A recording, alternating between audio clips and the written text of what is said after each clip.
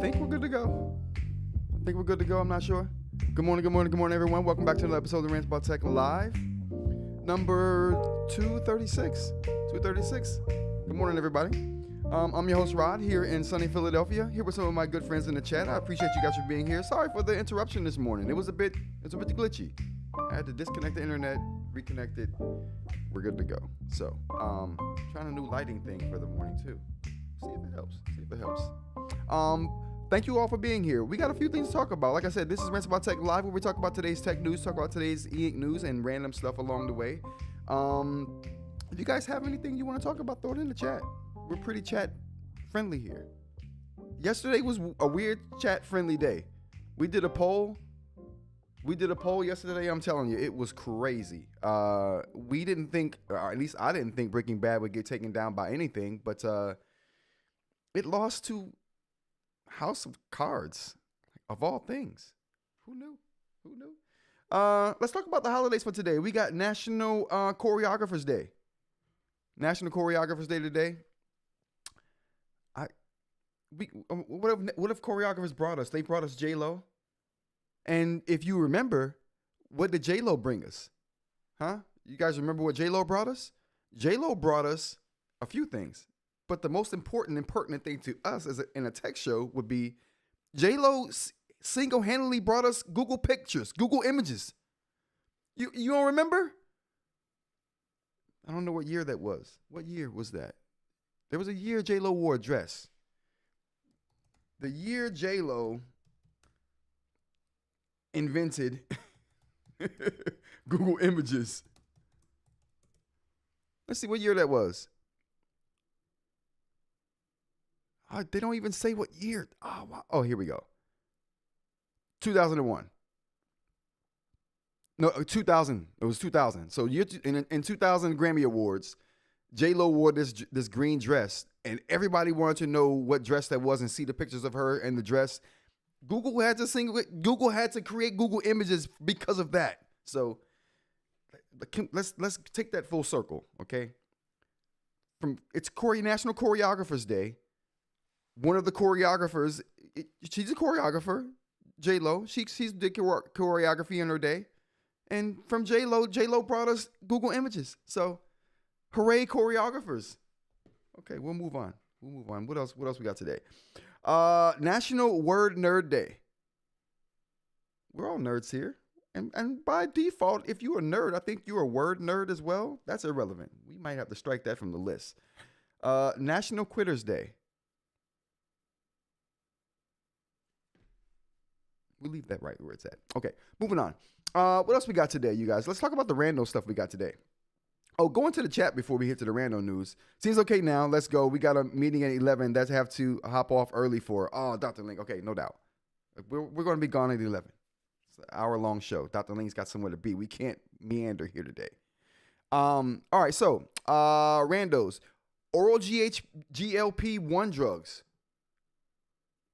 I told you they was coming. They're here. I ain't got a problem with that. I'm not an advocate for them, of any of them. I'm just saying, I just think it's just for all the good that it's doing. Oh my goodness. I mean, I knew this day was coming. Oral GLP-1 drugs here. You got companies making, there's tons of companies making businesses off just the oral version of this drug. So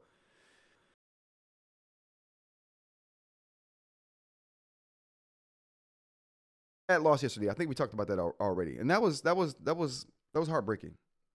That was heartbreaking to see Breaking Bad get tossed like that. But and it lost 60-40. 60-40. Who would have thought? Let's get to the tech news, you guys.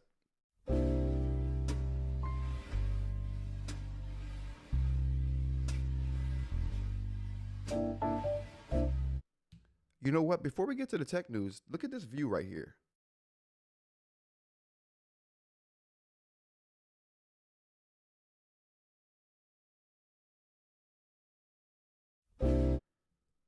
I like that view. So it didn't fix itself, so never mind. But awesome view. I might incorporate that into the morning, or not the morning, but I might incorporate that into the intro. Oh, is it fixed? Oh, there it is. There it is. How's it? How's it going? You can't. You probably couldn't hear me in that view, but it's an awesome view. I might use that after I get the mic situated with it. All right, tech news. HIPAA-compliant ChatGPT. Now, yesterday we were talking about. Let's bring that up real quick here. Yesterday we were talking about. The health version of ChatGPT, ChatGPT Health, right? And how it was going to, take in your health information, your health records, and give you information and insight into your health based on your own health situation, right? And I thought that was cool. The back of your head is ridiculous loud. Ridiculous? I get it. I say it was rigged. The poll only had 5 votes. Yeah, it only had 5 votes. We may have to do that one again. I'll consider doing that vote again. Only because it was so shocking. I thought throwing House of Cards at it was like a sacrificial lamb. Like, here, Breaking Bad, eat this. But that's not what happened. It lost 60-40. Like, whoa. But you know what, though, too? I didn't let it stay up for a long time. And I normally would let these polls stay up for a while. And I attribute that because it clouds some of the view on the video of the chat. And because of that, I'm not letting them stay up for very long. I'm not going to do a poll today, or at least on that front, because I'm trying to figure out how I'm going to do that. Because I'm trying to figure out what we're going to do about Breaking Bad. It's dead, I know. We haven't buried it yet. It's just over there in the corner rotting. We're trying to figure out what to do with the body. We talked about a ritualist the other day. I forgot who we were talking about as a ritualist, but why were we even talking about ritualists? But that's the direction this show takes sometimes. All right, moving on to the tech news. HIPAA-compliant ChatGPT. Now, we talked yesterday about a health ChatGPT that will take in your health records and give you information based on that, which in turn might make it hallucinate less on the information, right? If it's just dealing with your particular subset of data. But this is different, okay? Unlike that, this is a HIPAA-compliant version of ChatGPT. Let's talk about it. Unlike consumer-facing ChatGPT Health announced Wednesday, the new OpenAI for healthcare products launching today are designed, Thursday, designed to do things like create usable templates for discharge summaries and patient instructions, or analyze medical evidence to apply to specific patients. ChatGPT for Health is already being used by healthcare organizations like Boston Children's Hospital, Memorial Sloan Kettering Cancer Center, and Stanford Medicine Children's Health. Yeah, there we go.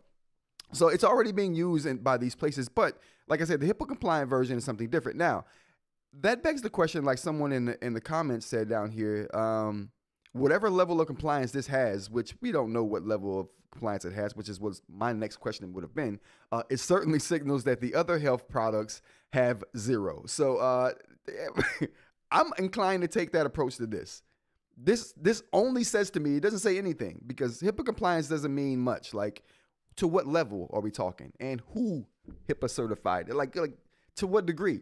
They don't go into any detail, but it certainly says that the other one probably has none. So just take that with a grain of salt and use these things with some common sense in mind. The next thing we got on the agenda is going to be Nintendo reveals its first Switch 2 Joy-Con color variant. So this is video game stuff, but it's tech related because I like Switches. Switches are good. We're not talking about the kind you pick in the South when you get in trouble. We're talking, if you live in the South, you know what I'm talking about, them Switches.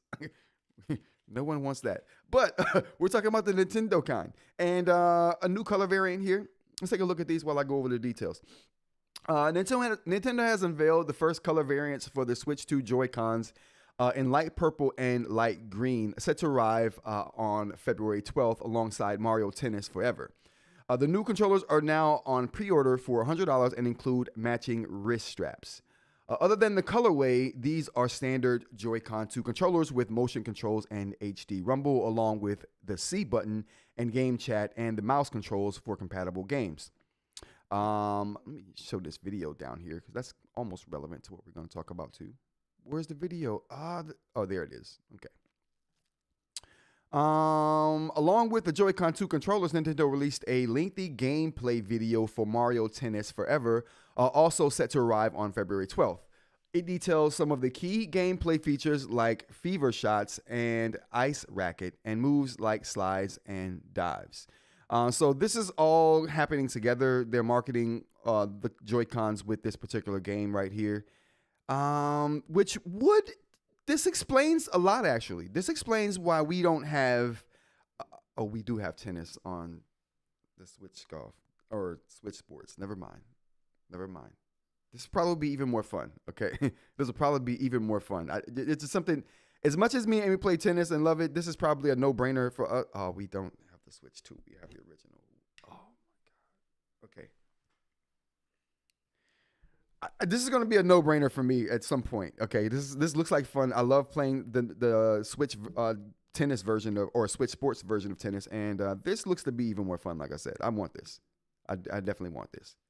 How many Switch fans we got out there? Anybody looking forward to this? Because this looks like a load of fun. But also, it looks almost more complicated than it needs to be too, which is common for Nintendo type of like party games.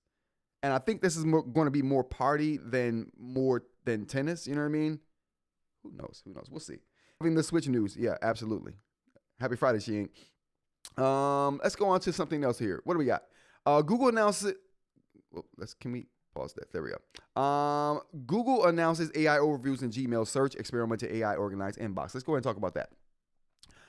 Google on Thursday unveiled new artificial intelligence features in Gmail, and in an effort by the technology giant to refresh the 22-year-old messaging app amid growing use of AI.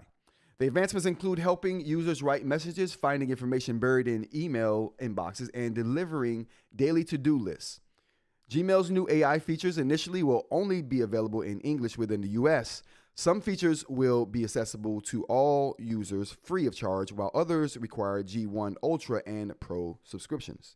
Like most AI feature or search features, though, you're going to be able to see all of these paid features come to the free tier of users at some point, because that's generally how these things have been rolling out. The features include all Gmail users will have access to what Google calls Help Me Write tool. Let's go down here. We'll just play this. Help Me Write tool, which assists users with their grammar and phrasing. The tech analyzes users' previous emails to better understand their writing style so it can personalize emails and make real-time suggestions on how to respond to a message. Gmail will also offer an AI overview feature which summarizes email exchanges and highlights key takeaways from longer threads. Both features will be available on the web and mobile versions of Gmail. Google is offering paid Pro and Ultra subscribers access to technology that lets users ask natural language questions directly in Gmail's search bar. Subscribers will also have access to a dedicated chatbot to ask follow-up questions. For example, instead of manually searching your last month's electric bill, a user could ask, how much was my electric bill last month? Gemini would scan the user's email history, highlight the information, and then provide direct access to any relevant messages. Let's go on to the next one over here. For example, instead of manually searching, we already did that. Another feature, AI Inbox, is also being rolled out to a handful of customers for testing. When it turns on, the function will shift through Inbox and suggest to-do lists and topics that users might want to explore. Meanwhile, the so-called Catch Me Up tool will provide users with reminders of their incoming events and appointments. These include, but are not limited to, upcoming reservations, purchases, and deliveries, and canceled or rescheduled appointments. I think that's very interesting. I initially, when I saw this and read through the article, I just thought it was going to be as simple as them just kind of like fleshing out some of the AI features they already have. But these are new AI features that they haven't employed yet. So I think this is all very interesting. Anything that can give me some insight right now. They also bring up here in the Ars Technica article how this is not totally accurate, how some of the summaries aren't very useful and aren't based on your actual information in the email. So as with all AI, right, you have to take it with a grain of salt. You're doing this to save you a little bit of time. I wouldn't let this be my way of searching email primarily, but I would let this do some work for me if I was in a crunch for time, right? If I'm like, I have 5 minutes to search through my inbox that's I've been letting accumulate for a whole day, let's see what this thing can pull out for me, because I don't have an hour or two to do it right now, even though I need to kind of look through things real quick. And a top-down, overall view of what's going on. I would use it that way. I don't know if I'd use it as my overall way. Dr. Ling says, my buddy is switching from Google phone to iPhone because he didn't agree to AI looking at his email. So then Google flooded his inbox with with spam. Well, yeah, you know what? You give away you give away privacy, right? That's one of the things I gave up a long time ago, and I think I say this a lot on the show. I gave up my privacy a long time ago in an effort to get some of these benefits that we're talking about here today. Has it been worth it? Not yet. Not yet. So maybe I'll reevaluate this someday. How to opt out of this. Incorporating AI directly into Gmail could pose risks for Google, even that large language models can sometimes present erroneous and misleading information, like we just talked about. And although users can proofread AI-aided messages before they send, the tech could potentially make mistakes, especially when it's presenting information to you, right? Not just it proofreading anything, but just, hey, this is a summary of what you want me to summarize. But if it gets the summary wrong, then it's not helping you any, right? A matter of fact, it's hurting. Still, Gmail users can turn off the AI features. To do so, users should open their Gmail account settings and under their General tab, scroll to the Smart Features and Personalization section. Users should then uncheck Turn on Smart Features in Gmail, Chat, and Meetings, and then save their settings. Now, if you want these detailed information, I link all of the stories I'm talking about in the description of this show. So just go down there and click on the link if you want a more detailed view of anything that I've talked about here today or anything that I will talk about. It'll all be there for you. But yeah, so that's the way to opt out of this if you want to opt out of it. Very valid points about email privacy. Darak says, whatever email service they switch to have a spam filter, then the AI is still looking at their email. Well, the AI is proliferating everything. There are some services, we talked about a couple of services on here, that don't treat your data from email that way, right? I forgot what the name of that service was we talked about. Man, I wish I could recall that right now. But there are a couple of secure services there. Matter of fact, let's look up. It wasn't Perplexity. Secure email servers. Proton. There we go. It was Proton. So we talked about Proton here on the show, and how they take security of your email very seriously, and they give you a lot of tools to secure. So there are some places that you can get email that don't treat your information that way, but you have to pay for that. So Proton isn't free. You get those free services by paying with your data, and most times if it's free. So yeah, just take that with a grain of salt. What else we got here? Oh, glasses, autofocus. So here we go. We got autofocus glasses here. And I think this is a very cool story coming out of CES, actually. So we got, I don't know how to pronounce this. Easy. I'm going to say easy. If somebody know better than me, let me know. Easy's autofocusing lenses are almost ready to replace multifocal lenses. This is very interesting to anyone who wears glasses like myself. So we'll go with this here, and we'll go through some of the details. Easy glasses are designed for age-related farsightedness, a condition that affects many, if not most people over 45. They combine camera lenses, eye tracking with liquid crystal lenses that automatically activate when the glasses detect the user's focus shifting. This means that instead of having two separate prescriptions, as in multifocal or bifocal lenses, Easy's lenses automatically switch between each prescription. Crucially, like most modern smart glasses, the frames themselves are lightweight and look like just another pair of normal glasses. And I think these do look like a normal pair of glasses. They look kind of cool too. I like them. What else we got down here? It's a little picture of one of the lenses here. CEO and co-founder Nico Aiden explained the technology, which can be separated into two parts. First, the Easy glasses track the movement of your eyes using a system of LEDs and photodiodes dotted around the edges of where the lenses sit. The LEDs bounce invisible infrared light off the eyes and then measure the reflection, detecting the subtle movements of your eye and how both eyes converge when focusing on something close. All right, let's take a look at the next picture we got here.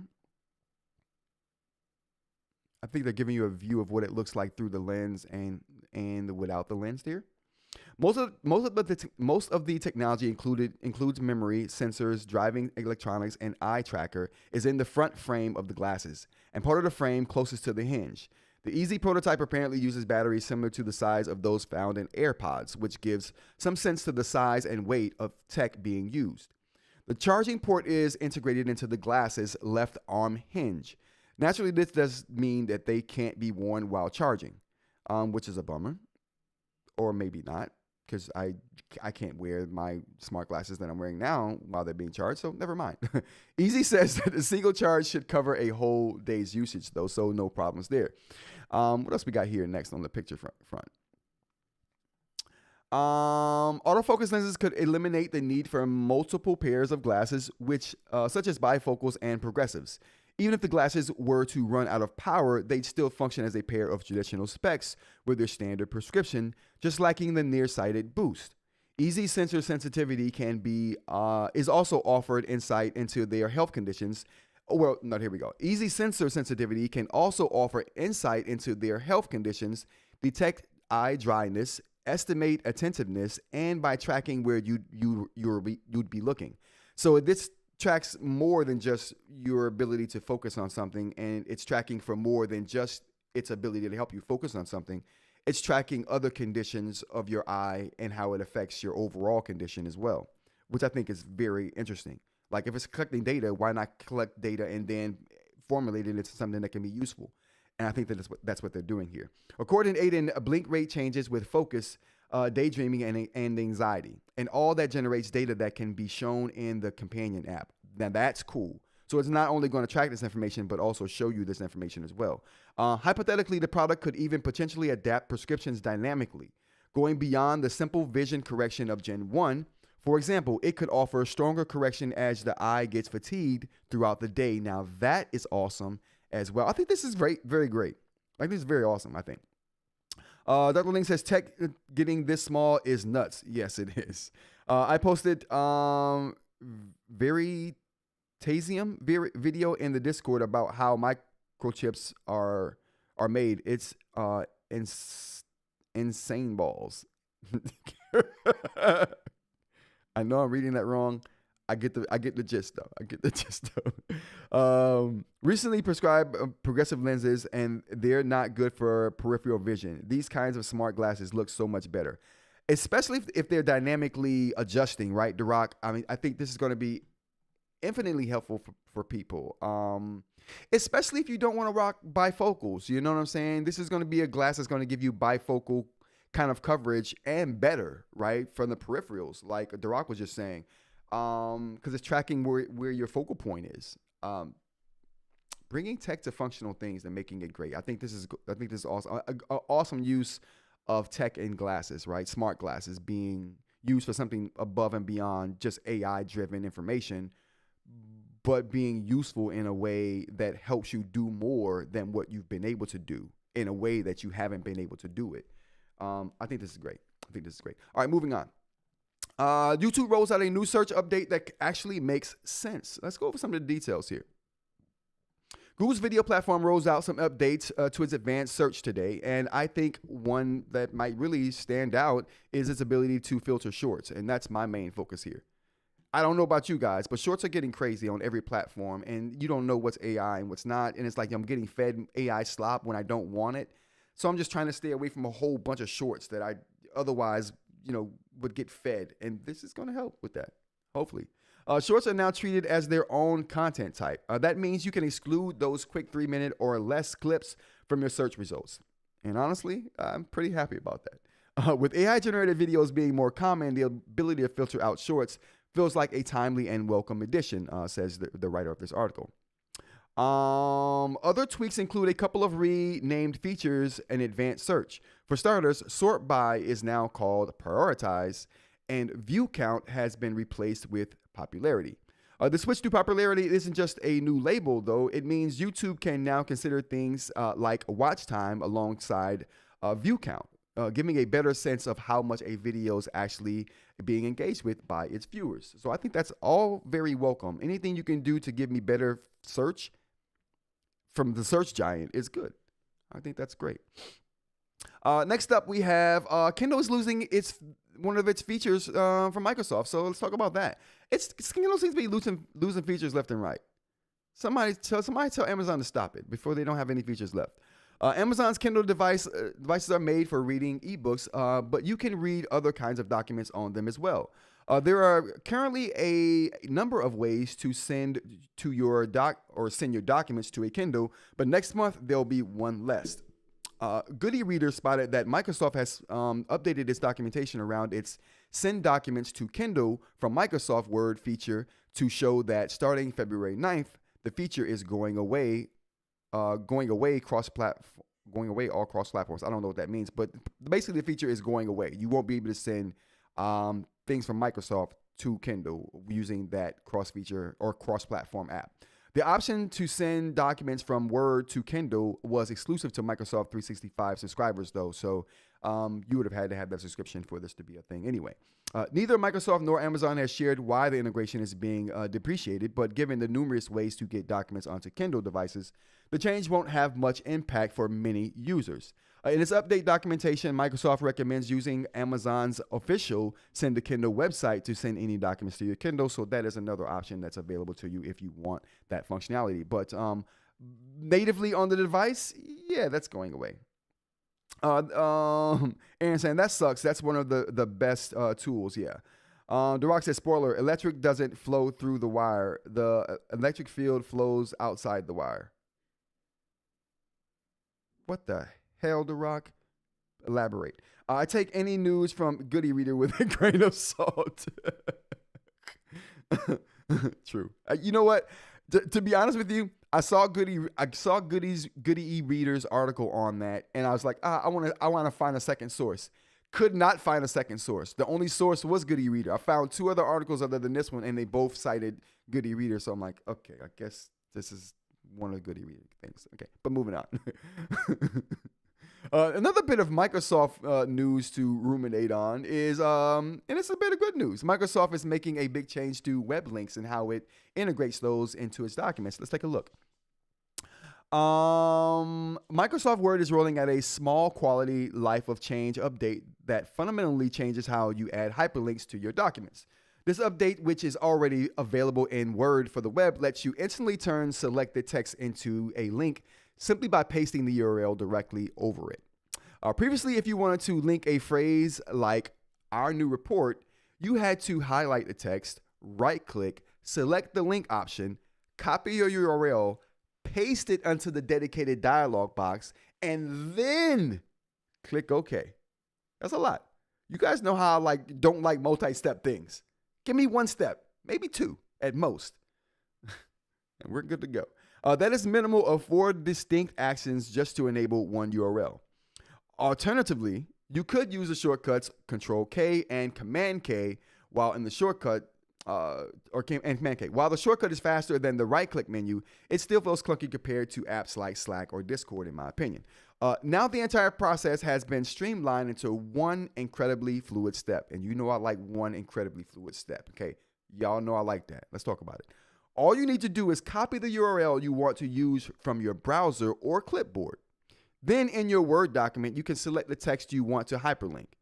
With the text highlighted, you can simply paste the URL, and Word automatically recognizes the input as a link, applying it directly to your selected words.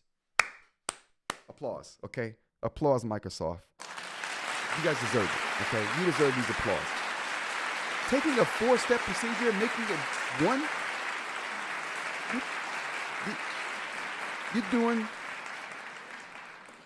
I don't know. I got caught in my word here. They're doing great work over there. That's what we need. We need that. How long? Rod, you reported fake news. LOL. What? Rock, your vid talking about the one where they have thought experiments the wire being like the length of the Earth. Wait, The Rock is the vid you're talking about the one where they have the thought experiment of a wire being like the length of the Earth's circumference? Oh, what are we? Rod, you reported fake news. What am I talking? How long it'll take for the switch to take effect on the circuit? What are we? That's the one, Dr. Ling. If it flowed through the wire, it spent the time light would be limiter. Yeah, that confused me even more. What are we talking about? I want to know. I want to know what we're talking about, chat. I'm confused. Somebody put it in plain book for dummies for me. Okay? Somebody create a this topic for dummies for me and give it to me in the chat. That's what I need. Okay? That's what I need today. All right, that's all of the tech news. Let's go into the eInk news.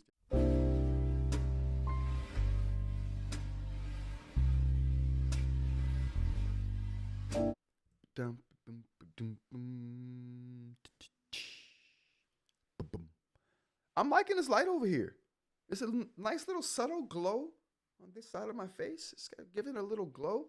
It's not directly shining on my forehead, so it doesn't make my forehead look bigger than it already is. You guys know I'm self-conscious about my forehead, okay? But it gives a nice little glow over here. It's good to go. I like this. I might use this light from now on for the live streams. What do we got? Is someone going to explain it to me? Here we go. Yo, there isn't enough coffee in the world this morning for me to keep up with this conversation. Cheers to that, Parm. Cheers to that.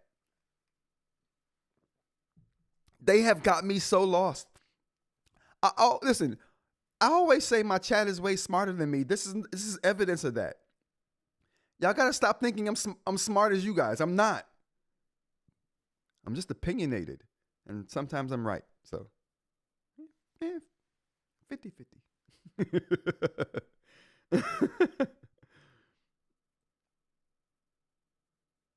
Oh.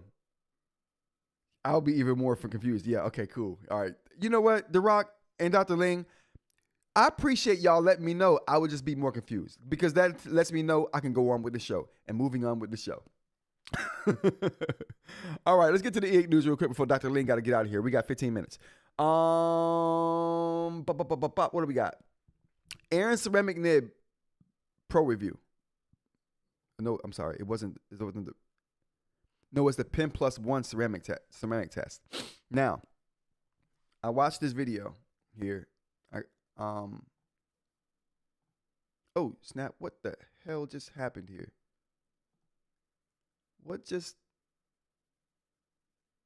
Why did it say this page didn't seem to exist? What the heck just happened there? That was crazy. That was crazy. Okay, here we go. All right, so we have Aaron talking about his experience with the new pen from Amazon, the Pen Plus One, the PL1. You gotta love that. Now, great video. If you want to check this out, it's linked in the description of this video right here. Go check him out. Give him a subscription. He does great work over there with his reviews, and he does a lot of tutorials too, and use cases, workflows. I love those as well. But he gave his thoughts on this. You know what I would have loved to see, and I couldn't join it live. I was kind of tied up at the time. My apologies, Aaron. I wanted to be there for this though, because I would have been like, man, I wanted to see what this would have been like on a Supernote device. Because, and I'm gonna have to get this now, just so I can test it on the Supernote devices. And my thing is this, because there's only been 2 pens that work well on the Supernote device. That's their own pens. They work really well. The only thing that works even remotely close to how good their pens work on their device is the Viwoods pen. That tells me a couple things. First, I think that the Viwoods pen is using the same electronics and programming that the Supernote pens do. It's using ceramic like the Supernote pens do. Whoever's applying Supernote and is doing Supernote pens are also doing the Viwoods pen. That's almost a safe assumption to make with me. Now, the next thing to talk about this pen is so that all right. So just to get that out there, I wish we could have tried this on a Supernote device. I want to try it on a Supernote device just so I can see if it has the same programming as the Viwoods pen and the Supernote pens do. Something tells me that it doesn't. I am so interested to find out. Now, if it doesn't, that would tell me that they're going through someone else for their manufacturing of this pen. If it does, that kind of almost reaffirms that everyone's getting their ceramic and ceramic programming from the same company if they're all writing the same, because no pens other than the Viwoods and the Supernote pens write with the same line quality as the Supernote pens do on the Supernote device. It's different. And I've tried every pen I have, and that's kind of the data has bore that out, that their line quality and programming for their pens are different than most every other manufacturers. Sometimes ignorance is bliss, knowledge is confusion. Now, listen, ignorance is bliss on a lot of fronts. I ain't gonna hold you. MF Doom shirt, legit. Who's got the MF Doom? No doubt. Yeah. All right. This video sparked a Supernote versus the world debate today. All I said was this is a good option if you want ceramic. Yeah. It works in the scribe, so it doesn't. Well, see, the thing is, I want to see what it's like on the Supernote. That will be the test for me. That'll tell me a lot about the pen. So we'll have to get that in the studio and test that out. But I did like the video. Very good video. Aaron loves this pen. He said it's the best pen he's ever tried in his life. He loved it. He was like, "This, you don't even need to try anything else. You get this pen and you don't look back." I'm just joking. No, Aaron wasn't that big on the pen. But if you do want to see his honest opinion on the pen, go check the video out. It's a not a long video, so you know 30 minutes, get you in and out. Good video. What else we got on this video? Oh, the price of the pen is $35. Now the pricing of that, let's take a look at the pricing actually.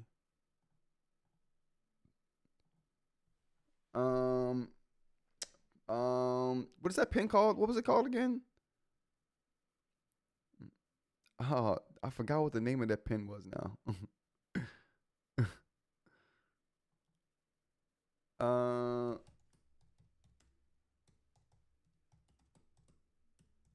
Ceramic Stylus Amazon.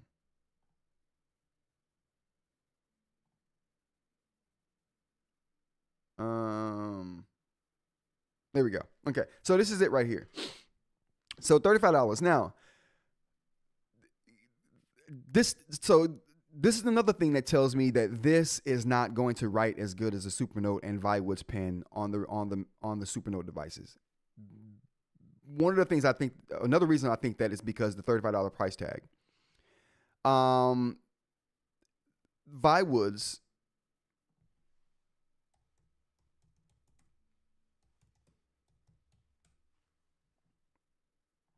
the Viwoods ceramic pen is $100. The Supernote pen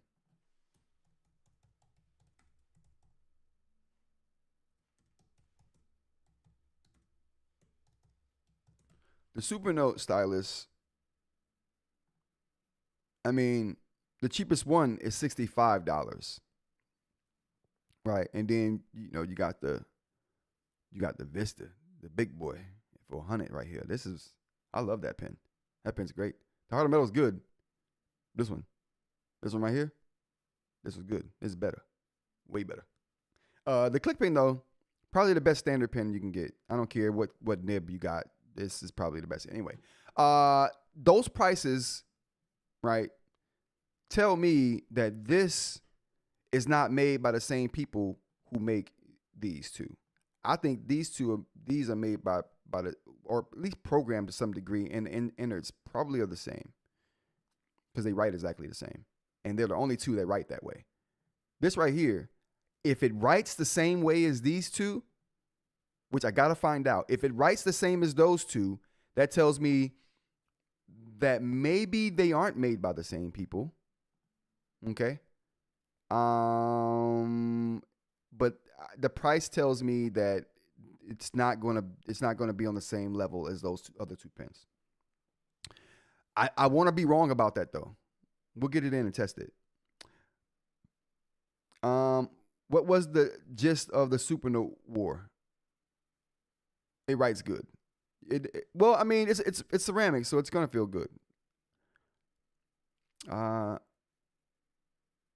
I'm super interested in how it writes on the Supernote.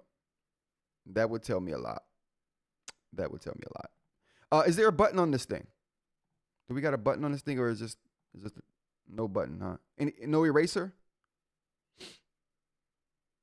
No eraser on this thing either, huh? No button, no eraser. Okay. And this could be, I mean, honestly, this could be either one of those companies putting out a generic version of their pen. You know what I mean? That's another thought of mine. Like, this could be either one of the major companies coming out with a generic version of their pen. Yeah, that they're not charging the brand name tax for. We'll see. That'll tell me something too. If this writes as good as the other two at that price, that'll tell me this is probably one of those companies making a generic version of what they got. Like, kind of like how not generic, but you know, a lower end version of their main thing. Kind of like Porsche and Volkswagen, right? Porsche makes Volkswagens and Porsche cars. Porsche is their top line, top high end, and Volkswagen is their entry level, right? Cars. But both engineered by Porsche. So both really great cars. But this could be that kind of thing, right? All right. What do we got here? Moving on. So let's talk about some of the other videos I've been watching before we head out today. So some of the other videos I've been watching, other than Aaron's Pen Plus One ceramic test. Listen, AI. Listen, we gotta watch AI. Listen, we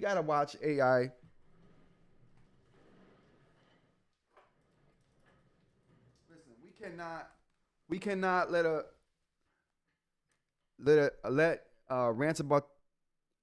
let a Rants About Tech live show come and go, and there's an AI Catherine video that we ain't watched. Okay, we gotta check out AI Catherine. It's only 2 minutes. Let's see what AI Catherine has to say. Let me get my headphones working here, chat. Let me get right. If you guys are enjoying the show, give me a like. Subscribe if you want to see more content like this. There's a join button down there too. Get you a badge. Those badges are cool. I like those badges. What do we got here? Oh boy, my Bluetooth is not on. We're trying to get out of here before Dr. Ling has to leave. Dr. Ling probably already left. I'm sorry, Dr. Ling. I tried. I really did. Okay. AI Catherine. Let's check it out. See what she got. Oh boy. AI Catherine, I can't hear you. Oh, there we go. All right, AI Catherine, let's get it. What we got? Do you ever feel like you're drowning in apps, textbooks, and notebooks while trying to learn a language? I know I do. Yeah, I do. Hi, all the time. I'm from the Boox marketing team. AI Catherine, how you doing? Learn a language, but they're usually spread across multiple books and devices. Today, I want to show you how I brought everything together in one place. I used the Note Air 5C. It's an amazing tool that supports 26 digital formats. You can read that's what's up. PDFs, create unlimited. They didn't make it look very good though. Language apps via Android. And access courses or websites online. The most obvious way to learn a language using books is... Oh yeah, AI Catherine is definitely not AI. That view right there told me everything I need to know. She's definitely not AI, chat. You can tap on it and get an instant dictionary definition right there on the page. I don't have to break my concentration. I just keep reading, which is huge for staying in the flow state. With the Note Air 5C, I take notes on the same page using split screen. Okay. Split screen is a good tool. I won't hold you. None of this is groundbreaking, AI Catherine. I can also download any language learning app I want. Games to practice, flashcards to study, or... The Rock says, come at me, S Nation. The Note Air 5C has it all. And then to test how much I've improved, I can jump into the Neo browser and take a mock test. Wait. Whoa. The Parm said in the chat, Parm was like, I wonder if that pen would be a good option for harvesting the ceramic nib for another pen. Parm, What a great idea. What a great idea, Parm. But you know what happened? What a great idea. Plus, with e-paper technology, you'll be less prone to eye strain during those long study sessions. Honestly, since switching to this setup, I've made a lot more progress. I think it's because I've been staying focused instead of switching between different books and devices all the time. Yeah, see, Device with everything you need to learn a new language. I don't see anything. AI Catherine, you fooled me. AI Catherine, Please give us a like and subscribe. she fooled me into thinking there was some insight there. They fooled me with the AI Catherine, but we had to watch AI Catherine, okay, chat? We had to give her a due. All right, next thing I'm going to be watching. I'm going to be watching this today. Ed's got a showdown between the Note Max and the Boox Go 10.3 UI and ghosting. That's going to be good. Linked in the description of this video. That's going to be good. Check them out. Also, I'm going to be checking out Vlad's TCL, even though I'm not a TCL hater here. I'll be checking out Vlad's video. So, no, that's the thing. Man, okay. All right, we're going to end the show here, chat. What do we got? Who we got in the chat at the end here? It's not groundbreaking because it's how the Boox's existing tools in novel ways. Boox does these vids all the. Yeah, I agree. I agree, The Rock. I thought it was gonna be something different because of AI Catherine was in it, but it was the same kind of thing. All right, we're gonna end the show here. I appreciate you guys for being here. This has been a great show. TGIF, everybody. Thank you for being here. Hope you guys have a great start to your weekend. Again, Rants About Tech Live, Monday through Friday. We do this 10 a.m. to kind of whenever, usually, hopefully an hour long. Or less, maybe, if I can do things right. So join us if you have the time. We love to have you guys here and join in the chat crew. Big up to the chat crew. Let's get the applause going for you guys. We got Aaron here. We got The Rock here. Dr. Ling. We got Pond here. We got eInk. We got Rob as well. Who else do we have here at the top of the show? I see my thing is clogging up people's names. If I missed you, I'll get you next time. The Rock, I think I said The Rock already. But thank you guys for being here. I will see you guys all next week. Have a great weekend. And until then, take care.